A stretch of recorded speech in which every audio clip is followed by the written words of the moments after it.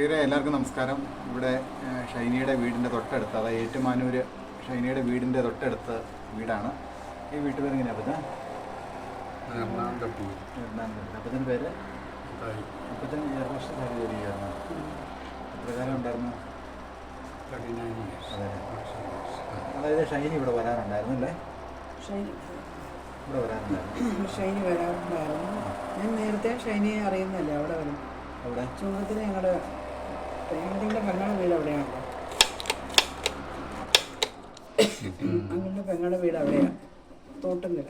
എവിടെ? ചുങ്കത്തോട്. അതെയോ? ഞങ്ങൾ ഷൈനി ഇവിടെ അധികം വരാറില്ലല്ലോ, വളരെ ചുരുക്കേ വരാറുള്ളൂ. അപ്പം ഞങ്ങൾ ഷൈനിയെ അറിയും. അതുകൊണ്ട് ഞങ്ങൾ അവിടെ വരുമ്പോൾ ആ വഴിയെ പോകുമ്പോൾ പിള്ളേരെ ഞങ്ങൾക്ക് പരിചയമുണ്ടല്ലോ. അപ്പം ഞങ്ങൾ അവിടെ നിന്ന് പിള്ളേർ കാണുമ്പോൾ ഷൈനി വരും, അകത്ത് കയറി വരാൻ പറഞ്ഞ് അങ്ങനെ കയറി ഇറങ്ങി പോന്നിട്ടുണ്ട്. അപ്പോൾ ആ കെയർ ഓഫിൽ ഇവിടെ വന്നപ്പോൾ ഞാൻ കെയർ ഹോമിൽ ഞാൻ കിടന്നതാണ് 1.5 മാസം. അന്നേരം ഷൈനി തന്നെ എനിക്ക് നല്ല ഷൈനി നല്ല അടുപ്പമായിരുന്നു. ആ സമയത്ത് ഷൈനിക്ക് നല്ല വിഷമം ഉണ്ടായിരുന്നു.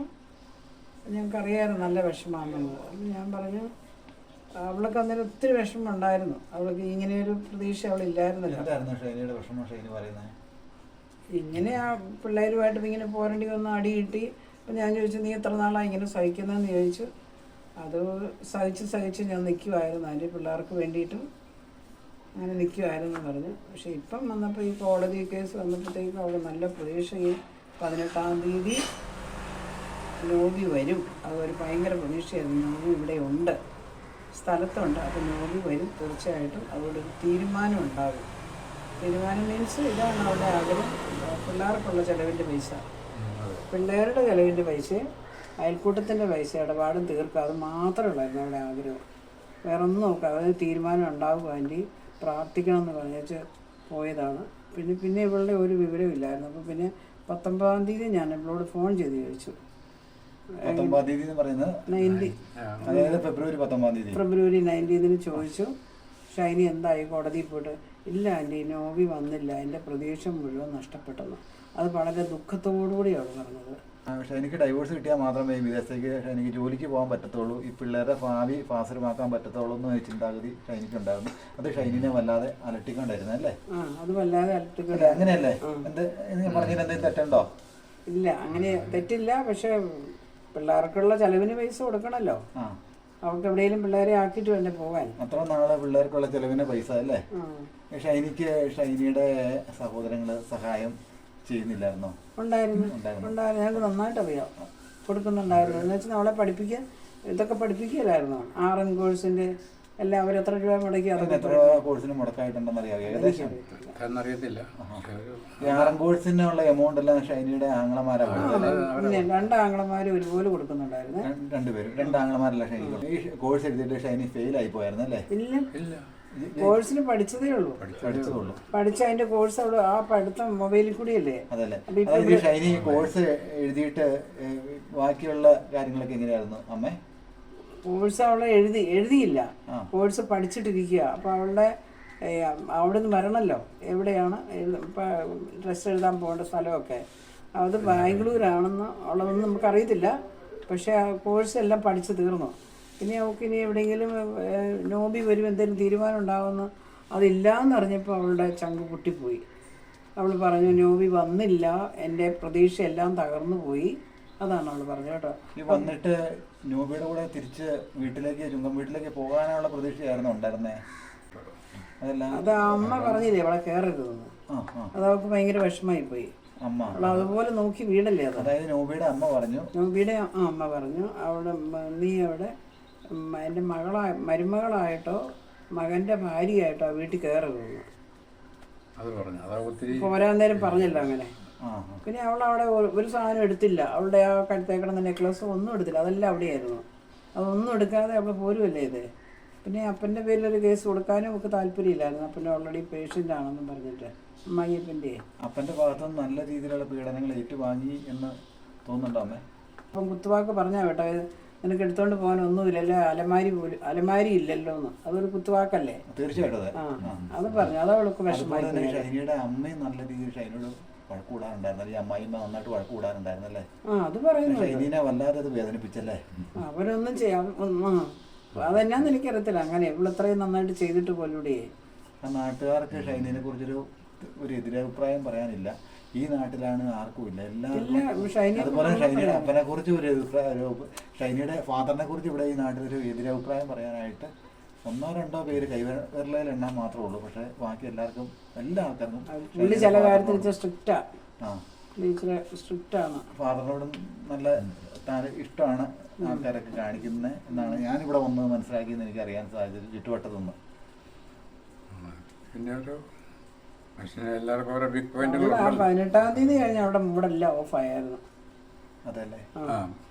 ഷൈനിയുടെ അംബീഷൻ എന്നായിരുന്നു അമ്മച്ചിയോട് തുറന്നു പറഞ്ഞേക്കുന്നത്? അതൊന്ന് പറഞ്ഞു തരാം ഞങ്ങൾക്ക്. അവൾക്ക് വെളിയിൽ എവിടെയെങ്കിലും പോയി പിള്ളേരെയും കൊണ്ടുപോയി രക്ഷപ്പെടണമെന്ന് മാത്രമേ ഉള്ളായിരുന്നു. അതിനുവേണ്ടി നന്നായിട്ട്, അതായത് ഷൈനി അതിനു വേണ്ടിയിട്ട് നന്നായിട്ട് പ്രയത്നിച്ചായിരുന്നല്ലേ പഠിക്കാനൊക്കെ?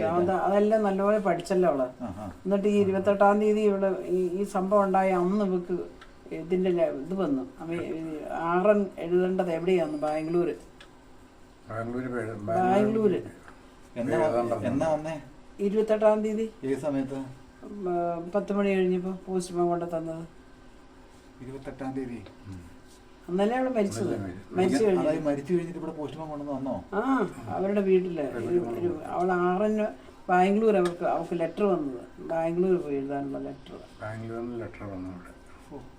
ഒരു ദിവസത്തോടെ ആ പോസ്റ്റ്മാൻ ഒരു ദിവസത്തോടെ നേരത്തെ അത് കിട്ടിയിരുന്നെങ്കിൽ. നേരം തലേദിവസം എന്താ ഫോണിൽ കൂടെ ഉണ്ടായെന്ന് ആർക്കറിയാം? ഈ നോബി ഈ ഷൈനിനെ ഫോൺ വിളിച്ചിട്ട് വളരെ മോശമായിട്ട് ഫോണിൽ വിളിച്ച് വഴക്ക് കൂടാറുണ്ടായിരുന്നല്ലേ? ഉണ്ടായിരുന്നു. പക്ഷെ അവര് ഇത് ചെയ്തില്ല, ബ്ലോക്ക് ചെയ്തായിരുന്നു. അതെ, ഫോണ്. എന്നാ പക്ഷെ മെസ്സേജ് ഇടുമായിരുന്നു.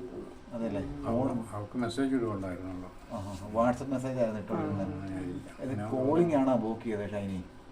അങ്ങനെയായിരുന്നു. പിന്നെ ലാസ്റ്റ് എന്നാന്ന് എനിക്കറിയാം. ബ്ലോക്ക് ചെയ്യുന്ന ഷൈനിയാണോ പറഞ്ഞത്? ഞാൻ നോബിനെ ഫോണിൽ ബ്ലോക്ക് ചെയ്തിട്ടുണ്ടെന്ന്.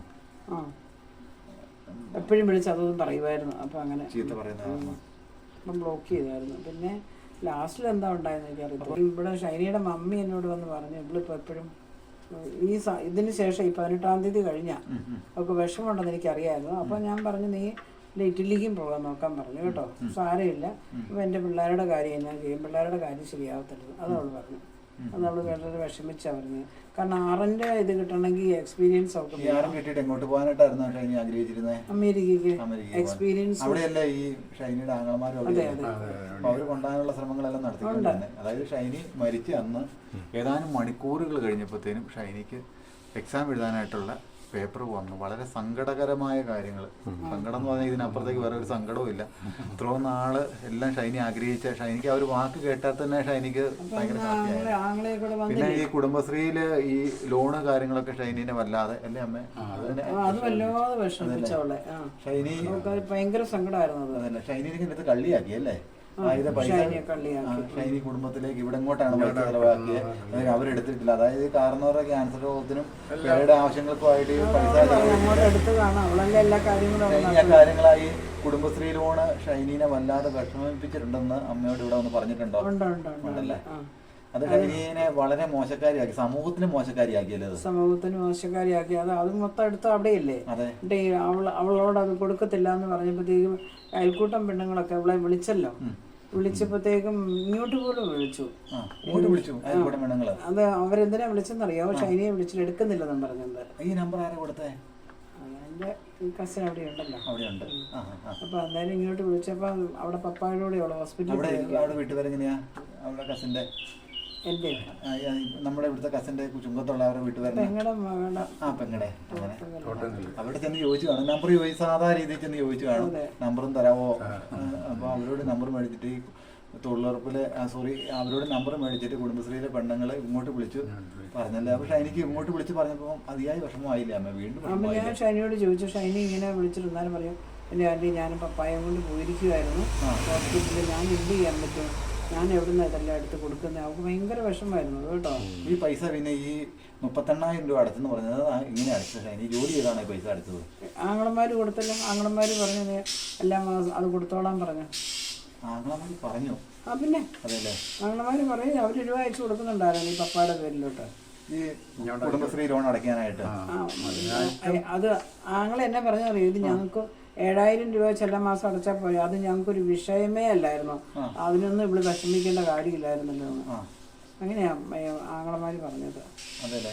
ഇനി അവസാനത്ത് ഇവര് പറയുന്നുണ്ടല്ലോ അമ്മ, ഈ അടവ് മുടങ്ങി ഷൈനി അവസാന മാസങ്ങളിൽ പൈസ അടയ്ക്കാനായിട്ട് മടി കാണിച്ചെന്ന് പറയുന്നുണ്ടല്ലോ, എന്താ അമ്മ സംഭവം? ആദ്യമാണ് കാണിക്കാൻ.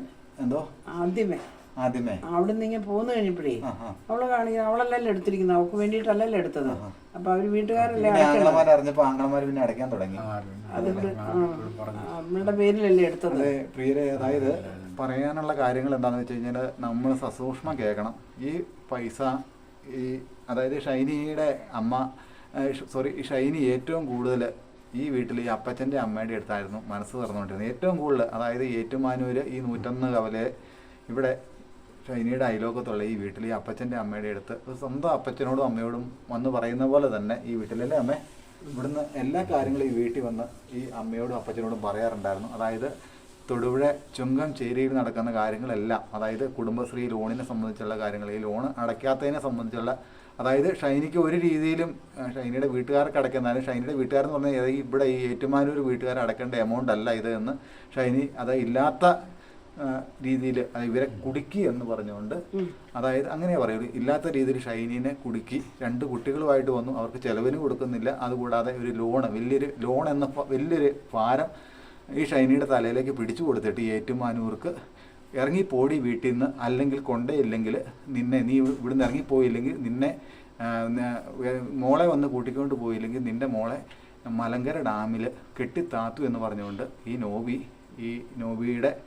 നോബി നേരെ ഇവിടെ ഷൈനിയുടെ ഫാദറിനെ വിളിച്ച് പറഞ്ഞിരുന്നു. അത് പ്രകാരം അല്ലേ അമ്മേ കുര്യാക്കോസിയേട്ടന് അവിടെ ചെന്ന് കൂട്ടിക്കൊണ്ട് പോരുവാണ് ചെയ്തത്. ഈ ലോൺ അടയ്ക്കാത്തതിനെ സംബന്ധിച്ച് ഈ ഷൈനി വളരെയധികം മാനസിക വിഷമമായിരുന്നു. അതുകൂടാതെ ഇവള് സ്റ്റേഷനിൽ കൊടുത്തിരിക്കുന്ന കേസ് ഗാർഹിക പീഡനത്തിന് കൊടുത്തിരിക്കുന്ന കേസ് അല്ലേ അമ്മേ, അതിനെക്കുറിച്ച് പറയാറുണ്ട്. ഈ ഗാർഹിക പീഡനത്തിൻ്റെ കേസിനെ കുറിച്ച് എന്താ അമ്മ പറയാറുള്ളത്? അത് അവിടെ അത് ആദ്യം കൊടുത്തിട്ടില്ല എങ്കിൽ പോകും. അപ്പം അന്നേരം ഈ കൂട്ടുകാരൻ അവിടെയുണ്ട്, അനൂപ്.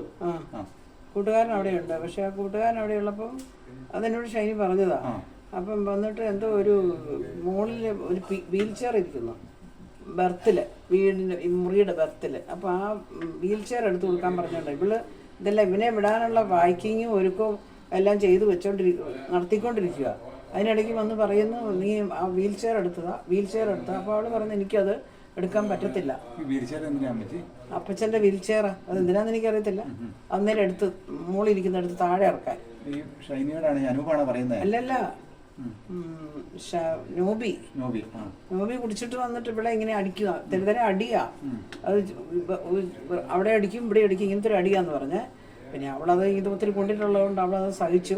അന്നേരം നോബി, എനിക്കിപ്പോൾ ഇവിടെ പണിയുണ്ട്, എനിക്കത് എടുക്കാൻ പറ്റത്തില്ല, അത് എടുത്താലും എനിക്ക് നിവർക്കാനും പറ്റത്തില്ല, അത് നിങ്ങൾക്ക് ആണെങ്കിൽ പറ്റത്തുള്ളൂ, അതുകൊണ്ട് നോബി അങ്ങ് എടുക്കാൻ പറഞ്ഞു.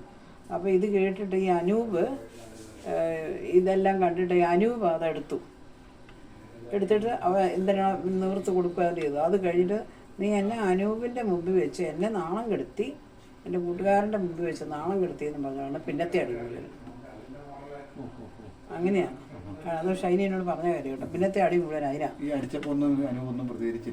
അനൂപിൻ്റെ കാര്യം പിന്നെ എനിക്കറിയത്തില്ല. പിന്നെ അത് കഴിഞ്ഞിട്ട് പിന്നെ ഇവരുടെ റിലേറ്റീവ് അവിടെ ചെന്നത്, ഇവരുടെ 2 കൂട്ടരുടെയും കൂടെ. ആ ബേബിച്ചേട്ടൻ്റെ ഒരു പെങ്ങളുടെ കസിനും ഈ ഷൈനിയുടെ ആങ്ങളയുടെ ഭാര്യയുടെ ഉപ്പൻ്റെ അനിയനോടെ അവിടെ ചെന്നത്. അവർ ഇല്ലില്ല 2 തരത്തിലും ബന്ധമുള്ളവർ ഈ ബേബിച്ചേട്ടനെ കാണാൻ ചെന്നതാണ്. ബേബിച്ചേട്ടനെ കാണാൻ വേണ്ടിയിട്ട് അവിടെ പോയത്. അയാൾക്ക് സുഖമില്ലല്ലോ, ക്യാൻസർ അല്ലേ. അപ്പം ബേബിച്ചേട്ടനെ കാണാൻ പറ്റും. ആ ഇവരുടെയും ഷൈനിയുടെ ബന്ധമുണ്ട്, അവിടുത്തെ അമ്മായിപ്പൻ്റെ ബന്ധമുണ്ട്. അങ്ങനെ അവിടെ ചെന്നപ്പോഴാണ് ഈ കാഴ്ച അവർ കാണുന്നത്, ഈ അടി തന്നെ അടി. അപ്പോൾ അവർ നിർത്തി, ഇങ്ങനെ അടിക്കരുതെന്ന് ബ്രദറിനെ കാണിക്കുന്നത് ചോദിച്ചത്. അവർ കാരണമാണ് അവർ വന്നത് ഇങ്ങോട്ട് കേട്ടോ, അല്ലെ വരത്തില്ലായിരുന്നു. അത് ഞങ്ങൾക്ക് അറിയാമായിരുന്നു, പിന്നീട് ഞങ്ങൾ അറിഞ്ഞു. ഒരു ഷൈനി പറഞ്ഞതാ. പിന്നെ ഇവരും പറഞ്ഞല്ലോ, ഞങ്ങളറിയാം. ഒരു ദിവസം ഒന്നും ഇവരെ കണ്ടില്ല. അപ്പോൾ ഞങ്ങൾ ചോദിച്ചത് എന്നാ പറ്റി, എന്നാലാണ് പറഞ്ഞത്, ഈ ഒന്നര എന്തൊരു ബഹളമായിരുന്നു രാത്രി, ഇങ്ങനെ വിളിച്ചു ഈ തെറി വിളിച്ച് പറഞ്ഞില്ലേ, ഇവിടെ തെറിയും പറഞ്ഞുകൊണ്ട് ഇറക്കി വിട്ടിട്ട് ഇനി ഇങ്ങോട്ട് വിട്ടേക്കരുതെന്ന് പറഞ്ഞുകൊണ്ട് ഈ നോബി ഇങ്ങനെ വിളിച്ച് പറഞ്ഞു. ഷൈനി മരിച്ചു അന്ന് ഏതാനും മണിക്കൂർ കഴിഞ്ഞപ്പോഴത്തേനും പോസ്റ്റ്മാൻ ഇവിടെ വന്നല്ലേ? ഷൈനി രാവിലെ മരിച്ചല്ലേ? 10 മണി കഴിഞ്ഞപ്പോൾ 11 മണിയായപ്പോൾ, ഏതാനും മണിക്കൂർ കഴിഞ്ഞപ്പോൾ. അന്നേരം ആരത് കൈപ്പറ്റി ആരായില്ല? അതെനിക്കറിയത്തില്ല, അത് അവളുടെ ബ്രദർ വന്നപ്പം പറഞ്ഞതാ. അതല്ലേ? നമ്മുടെ സങ്കടം എന്നല്ലാതെ എന്ത് പറയാനല്ലേ? എല്ലാം വെറുതെ പോയില്ലെന്ന് അങ്ങനെയാ പറഞ്ഞത്. ആരാ പറഞ്ഞേ? ഈ അമേരിക്കയിൽ അത് ഇതെല്ലാം ചെയ്തു കൊടുത്ത ബ്രദർ തന്നെയാ പറഞ്ഞത്. എല്ലാം പോയില്ലേ എന്നപ്പോഴത്തേക്കും ഷൈനി പോയല്ലോ എന്ന് ആ ലെറ്റർ വന്നപ്പോഴത്തേക്കും ബാംഗ്ലൂരായിരുന്നു അതിൻ്റെ സ്ഥലം വന്നു.